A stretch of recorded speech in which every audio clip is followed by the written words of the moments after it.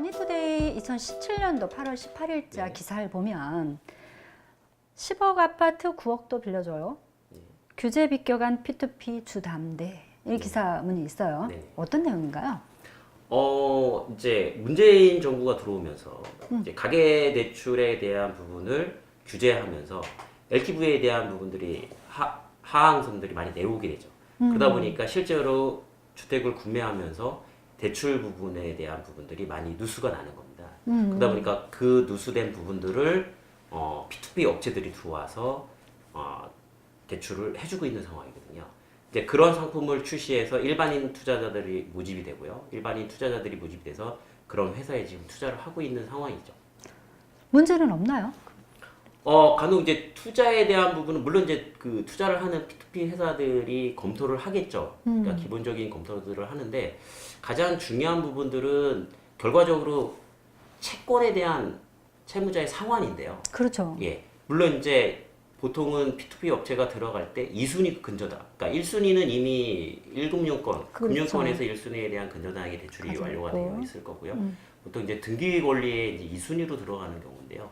2순위로 들어갔을 때 그럼 차후에 문제가 없을 거냐에 대한 부분은 결과적으로 채무자가 채무를 상환하지 못했을 때 채권자가 행할 수 있는 부분들이 바로 이제 경매를 통해서 그 물건에 대한 대가 채권을 회수를 하는 건데요.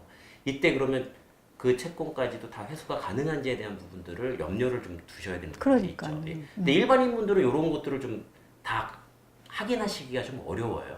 그래서 아무래도 예, 그렇겠죠. 그래서 이제 P2P 회사를 컨택트 하시거나 아니면 또 조금의 전문가의 자문을 좀 받으셔서 좀 투자를 하시는 게 좋으실 수 있고요.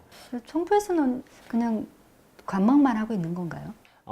개인당 투자할 수 있는 규모를 사실은 조금 규제를 해놓고 있어요. 예, 나중에 그런 업체들이 부실이 될 수 있는 상황들이 있어서. 그래서 그런 부분들은 어쨌든 정부에서 하고 있긴 하지만 실제 상품에 대한 부분을 컨택트할 때 상품을 정확하게 공시가 되지 않는 경우들도 좀 있습니다. 예, 단지 단순하게 2순위로 대출이 진행되는 대출 상품으로만 표기가 돼서 상품이 나오고 이면에 어떠한 리스크나 이러한 부분들이 정확하게 다 공시가 안 되는 경우들이 좀 있어요. 그건 이제 채무자에 대한 어떠한 그 프라이버시도 있고 그렇기 때문에 그런 것들을 다 확인하기가 좀 어렵죠.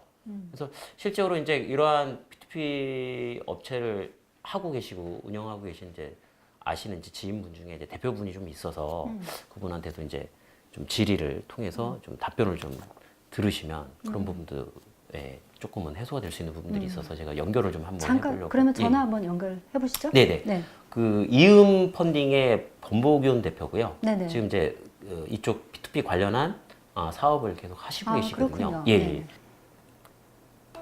여보세요? 예, 여보세요.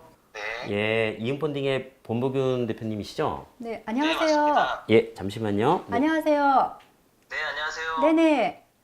이 P2P 개념의 사업이 대출 규제가 되지 않는 상태에서 어찌 보면 자금이 필요한 사람들에게는 굉장히 좋은 대출 상품이긴 한데 좀 일반인들이 볼 때는 좀 염려되는 부분도 있지 않을까라는 생각이 들어서 예, 일단은 아무래도 가장 중요한 건 이제 투자 상품을 먼저 확인하는 거고 지역적으로 그다음에 그 지역의 이제 그 경매 그 평균 낙찰가율이라든가 이런 것도 좀 봐야 되고요.